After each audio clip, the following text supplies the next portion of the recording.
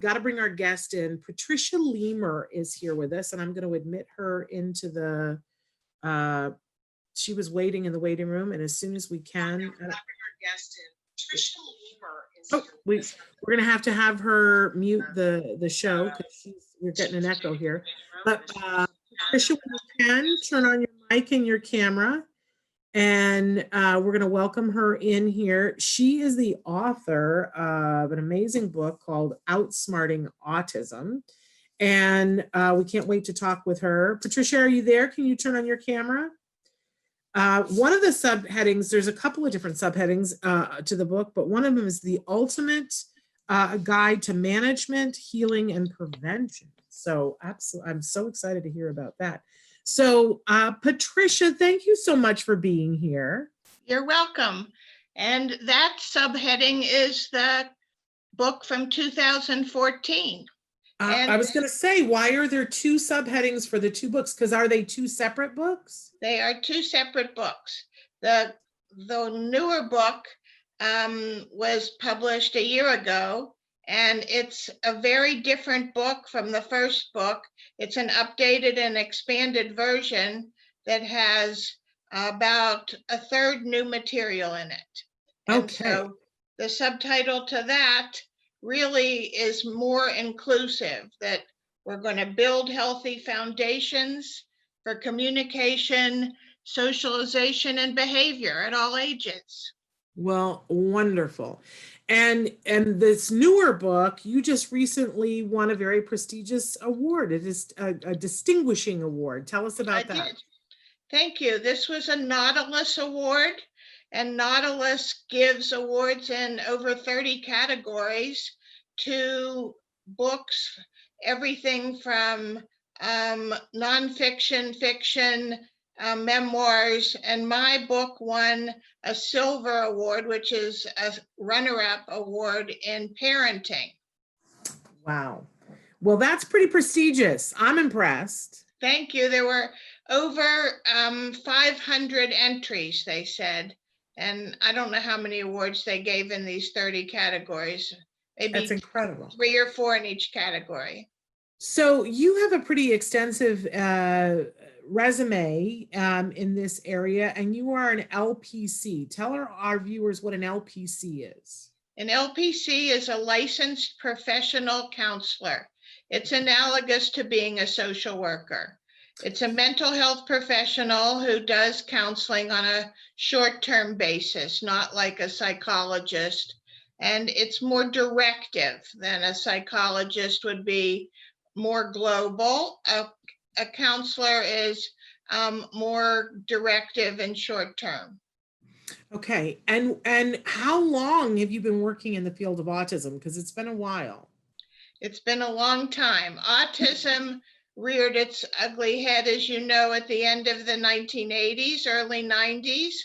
And since I had seen one person with autism and nobody else had, I was an instant expert. So it's about 30 years. Wow. But prior to that, I'd been working with all other kinds of disabilities. So if you look at the spectrum and consider the lesser forms of autism, which we were ADD or Asperger's, I was involved with that since the late 70s. And then 10 years prior to that, I was involved primarily with genetic disorders, physical disabilities, cognitive disabilities. So my career started in about 1967. So it's quite a long journey, and it's been an amazing, amazing journey. I feel so blessed and honored, and just great gratitude for all the people I've met and the families that I've worked with. It's been so much fun and so interesting and gratifying.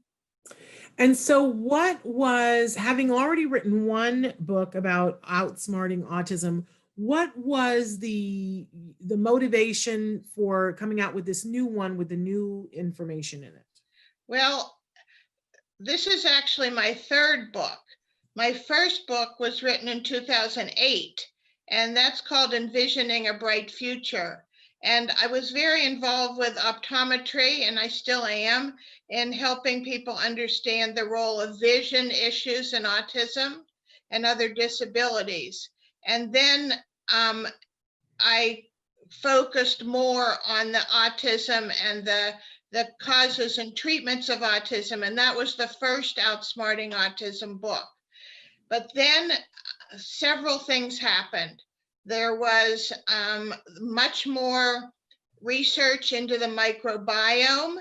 There was much more interest in technology and the invention of the iPad. There was interest in the vagus nerve and in some of the more contemporary treatments, such as CBD. And so these things were bombarding me. And just like I had to download my brain into the first Outsmarting Autism, it was getting full again with some of these new treatments.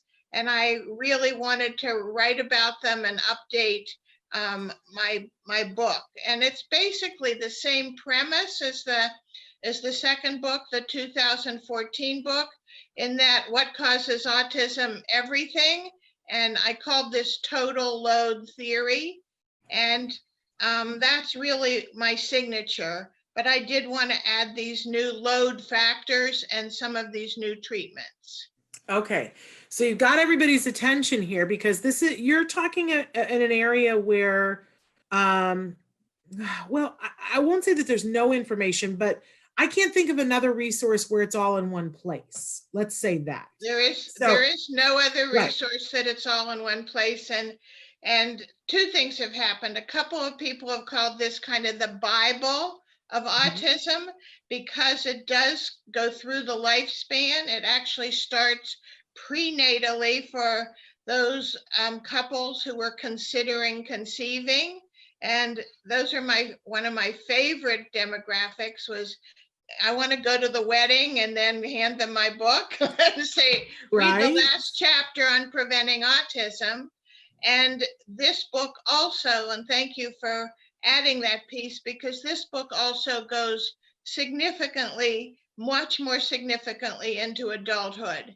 And with that first wave of autism in the late 80s and early 90s, those individuals are now young adults. And nobody was prepared for this wave.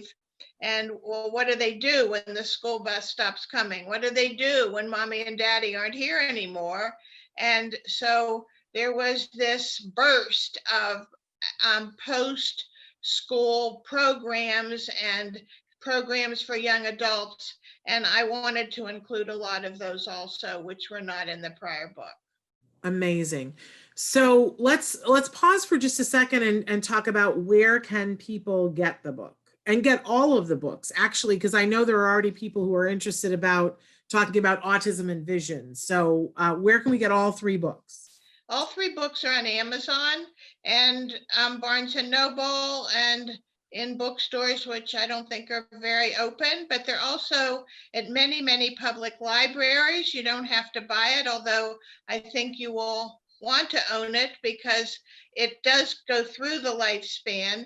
And somebody said to me, you should, here's the book. And they said, you should put duct tape over autism and say, write on it everything, that this is a book about outsmarting everything, because it does cover a lot of different health-related issues which have behavioral and psychological symptoms to them.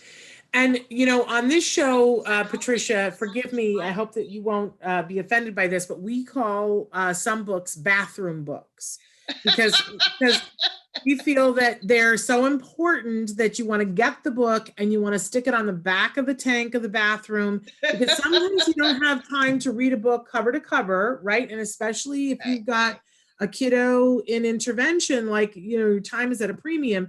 but you pick up the book for a couple of minutes while you're in the bathroom and you get to read something and go, okay, I have something more. My day is enriched. This is a great bathroom book. I'm just It saying. definitely is a great bathroom book. And what makes it such a great bathroom book is it's got a great index. And so you can look up any subject quickly. I'm as proud of the index as I am of the book. And I had a wonderful indexer who has done both of my Outsmarting Autism books. So I challenge anyone to find a subject that's not in the index. All and right. as you said, nobody's going to read this book cover to cover. It's over 600 pages. It's too big. You don't need it all now. If your child's 5, you don't need to read about adults yet. And if your child's an adult, you don't need to read about the early stages. So it's something that the index makes it very user friendly. And I also want to say too that because you talk about so many different things, I will be honest that we try to talk about everything on this show, but we can't. Right. We can't possibly talk about everything on the show. And a lot of what we talk about is ABA. But a lot of times people will write in and say, could you please talk about some of the other therapies and treatments? And people always want more information about what's happening biomedically with their child and what their choices are and diets and things like that. So what a great book for those people. Right. Who want to get that comprehensive. I want to know everything that's out there, everything that's available so that I can look at it. And as you said, you download your brain into this book. Right, I sure did. And of course, there is a chapter on ABA, but there's so many chapters, and ABA is a piece of the pie, but we want people to look at some of the other areas too. And a lot of it is biomedical, and I don't really get to the things that parents value most with talking and relating, having friends, until a good 3/4 of the way into the book, because what I'm doing is the subtitle, I'm building healthy foundations. And I strongly believe that you have a healthy body, you have a healthy mind. And there's so many aspects of having that healthy body, from diet to movement to sensory to motor, before we get to the language and the behavior. There we go. And again, you can get the book on Amazon. So there are the 2 books, Outsmarting Autism. Can you hold up the more recent one so that they can see? It's the cover is one. The yellow one, because there's the other one that's black and has Right. a beautiful tree on it, but this is Right. the yellow one. And this is the same artist that did the tree. Love And it. so I love the graphic because it just shows you how many things are going on in the brain. Absolutely. Yep. So Amazon, but Barnes and Noble and every major bookseller. And again, it's called Outsmarting Autism. And right. And Patricia, there's an electronic version too. So okay. you can get it by Kindle or Nook or any of those electronic ones instantly. There we go. And her name is Patricia Lemer. You can see it on the screen unless you're watching on iTunes. Lemer. So there Right. it is. So that you guys and can it's Lemer. It's Lemer like I'm lemon. sorry. It's okay. Everybody does that. But lemurs are those funny animals with bushy tails in Madagascar. I just went to see them. we actually there's a woman who does a show called The Lemur Mom, and it's about being an autism mom, but she relates it. So that's why I've been saying lemur, but so it's lemur. I apologize.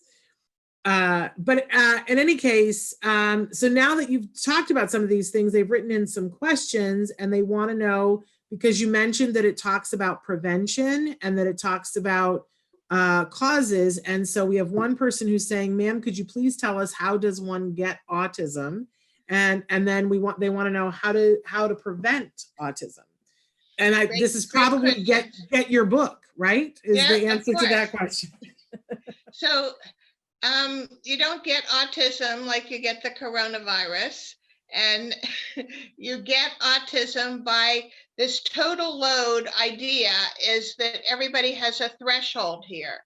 And that you have different load factors. These are stressors on the immune system, the gastrointestinal system, they're environmental, they're genetic, they're epigenetic, they're all kinds of stressors, everything from being locked in home on a lockdown where you can't go to the playground and, as you said, don't have a swimming pool or camp to go to those things that we were born with. Maybe there was mold in the house when the baby was conceived.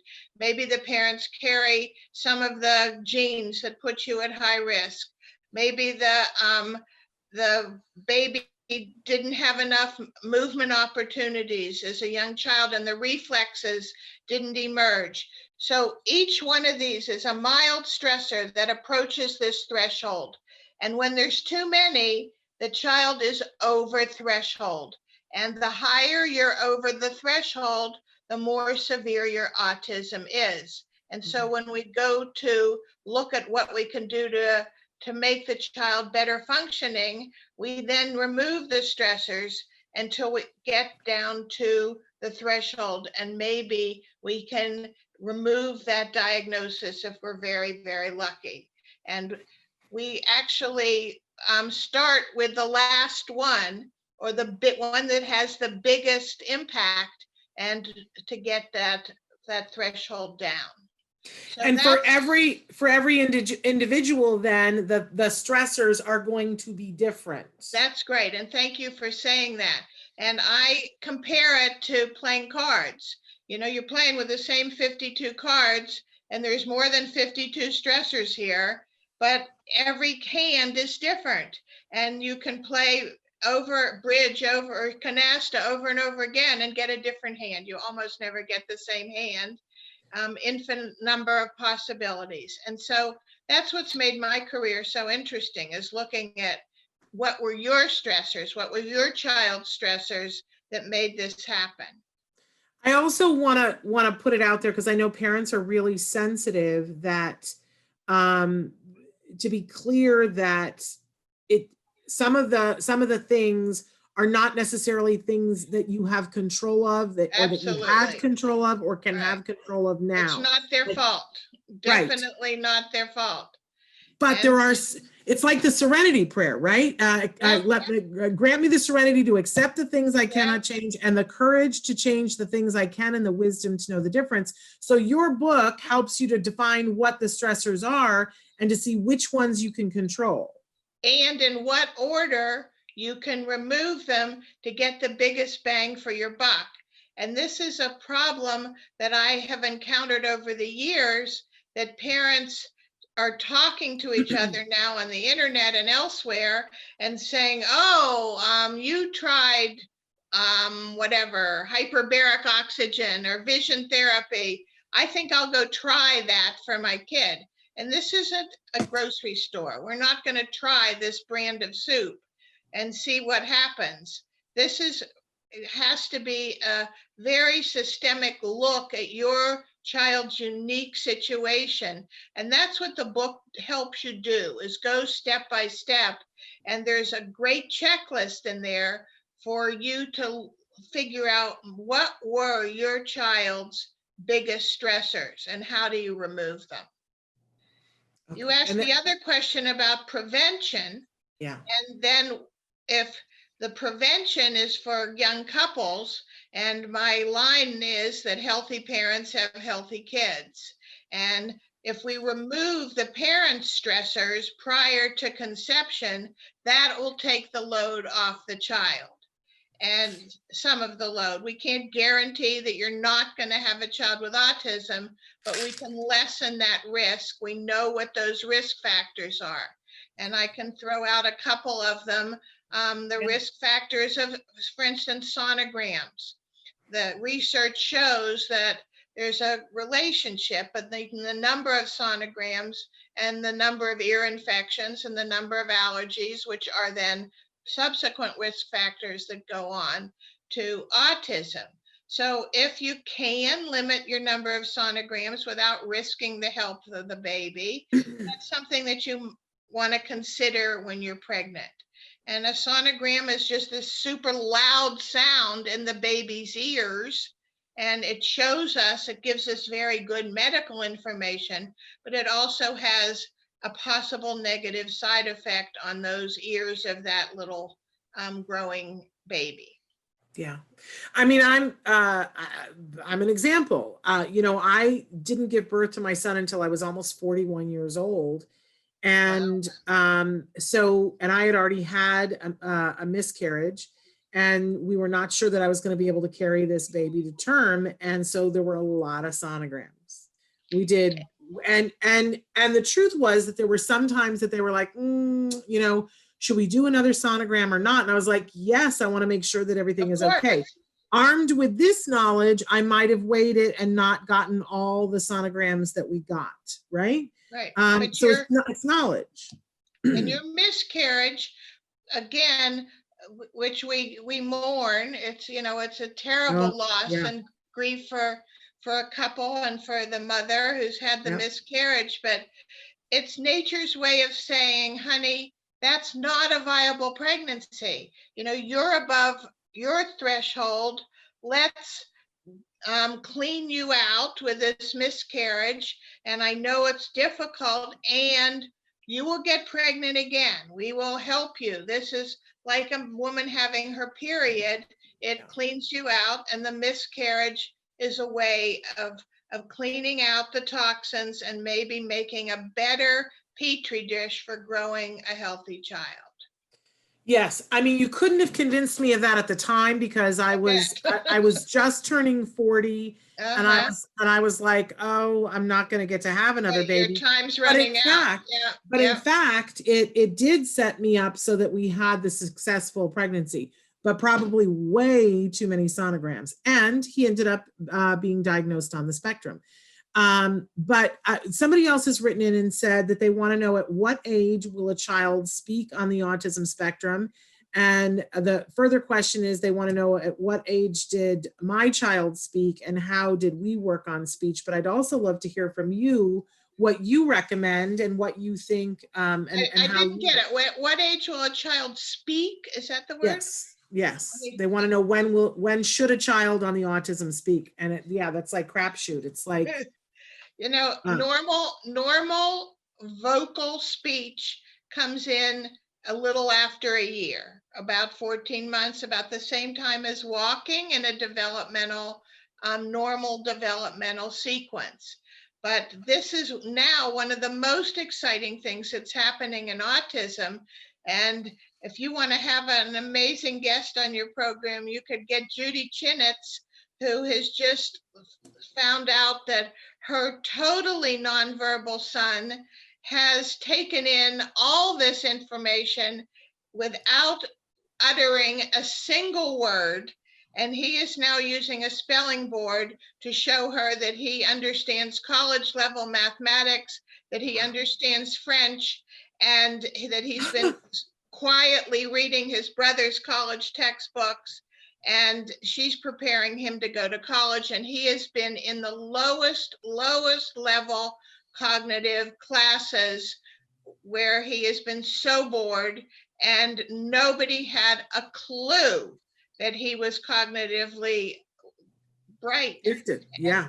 And she now has opened a little center to teach some of these individuals who are not speaking, to communicate with the world and to get inside their brains. It's fascinating. It's absolutely fascinating. That's incredible. I wrote down her name. Yeah. And I just want to agree that, you know, over the time that I've been an autism mom and covering autism, I've met so many families, and every story is a little bit different. You asked specifically about my story. My son was speaking way early. He was speaking, I think he said mama was the first word, not dada, which is, you know, that in and of itself is interesting, right? I think he was 6 months old when he said mama. And we had full sentences by the time, I mean, like right around a year, we had full sentences. He was singing very early too. He was a very vocal kid. And then he, I've told the story many times before, he sort of, how it appeared to me. You know, if we could go back forensically, and if, I wished I'd videotaped every day so we could go, oh, look at that. But how it appeared to me was that things just sort of stalled at a certain point and we weren't learning anything new.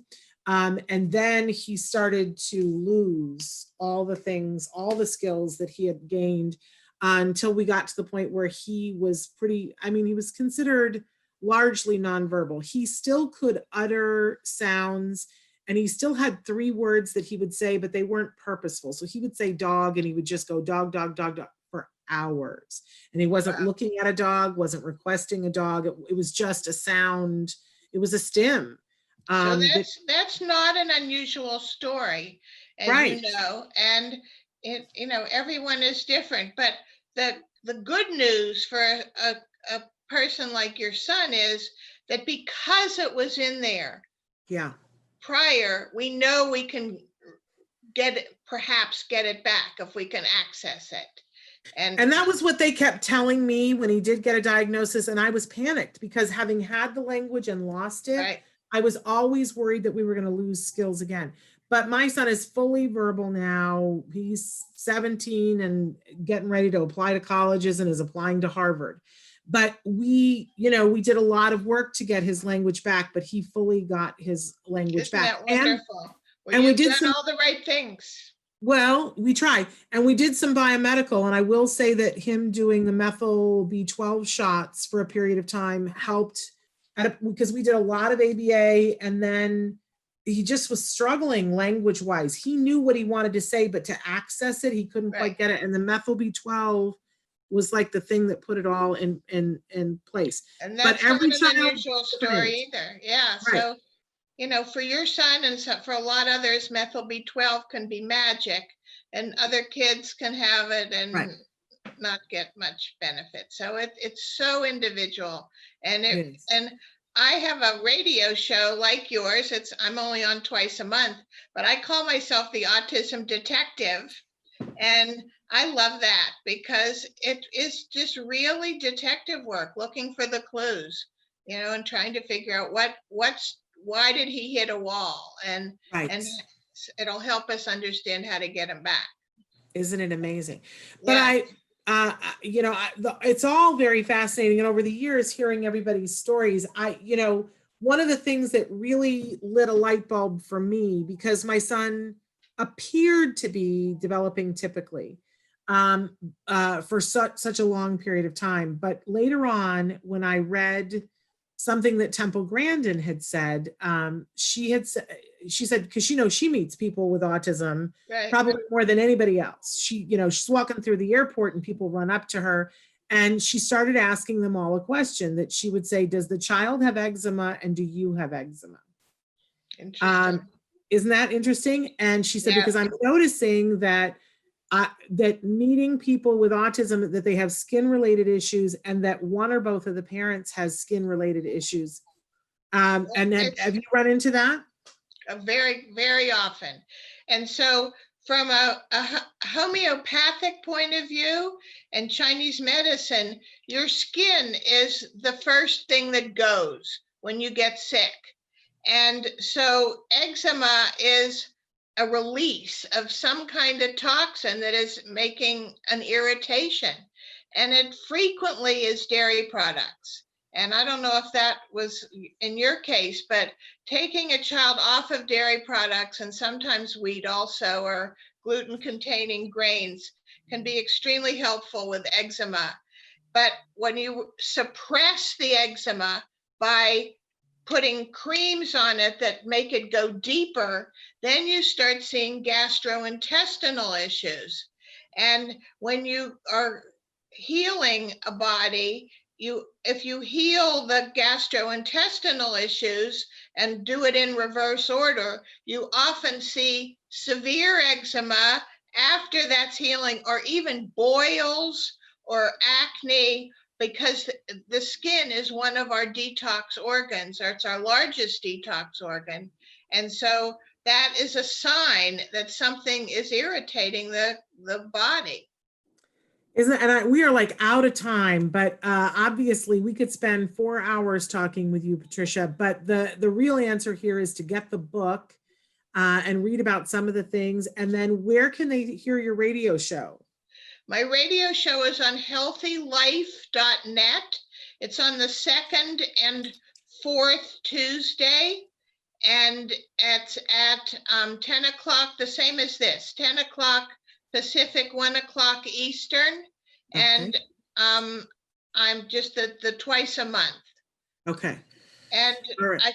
I just, if I have a 1 minute, I would just like to talk about the vision issues in autism, Yes. because I was really the first person to write about that. And that first book was called Envisioning a Bright Future. And it's really, really important that people read that chapter of my book and understand that 20/20 eyesight is not sufficient. Eyesight and vision are different, and that vision is cognitive.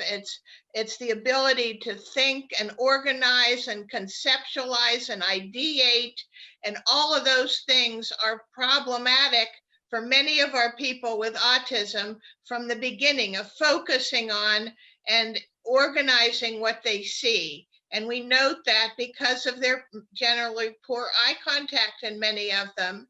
And that is a clue that something is going on with vision, and that they need to get an evaluation by a developmental optometrist.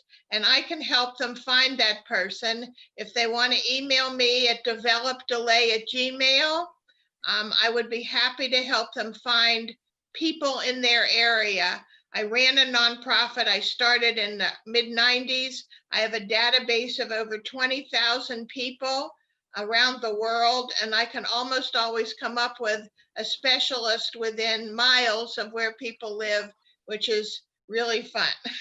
And an optometrist is easy to find. Okay.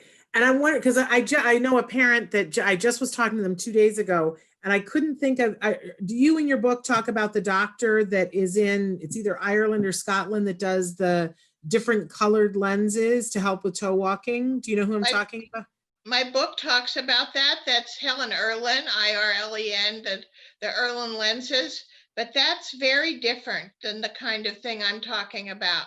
The vision issues I'm talking about are the two eyes not working together or focusing or problems. The Irlen lenses can be helpful, and that is just a piece of the visual issues. It's not the underlying problem. There's just so much here to talk about. We'll have to have you back on the show. And I just want to thank you so much for the work that you're doing. Thank you for this opportunity. It just, I heard about you through Christina Adams, and I really appreciate you having me on. And can I just say too, that you were such a good egg. We had a little bit of a hiccup here because a dear friend of the show and a dear friend of mine passed away, and we canceled some shows, and we forgot to tell Patricia. And Patricia was a trooper and a professional. I would have been mad as a boiled owl, but she was so good about it. Thank you so much. It's been such a pleasure. And any friend of Christina Adams is a friend of ours. So yeah, she's terrific. So let me just show them my book again, Outsmarting Autism. And it's readily available. And if your library doesn't have it, ask them to order it. There we go. Thank you so much for being with us, Patricia. Okay, Shannon, thank you. All right, you take care. All right, bye. Bye-bye. Bye-bye.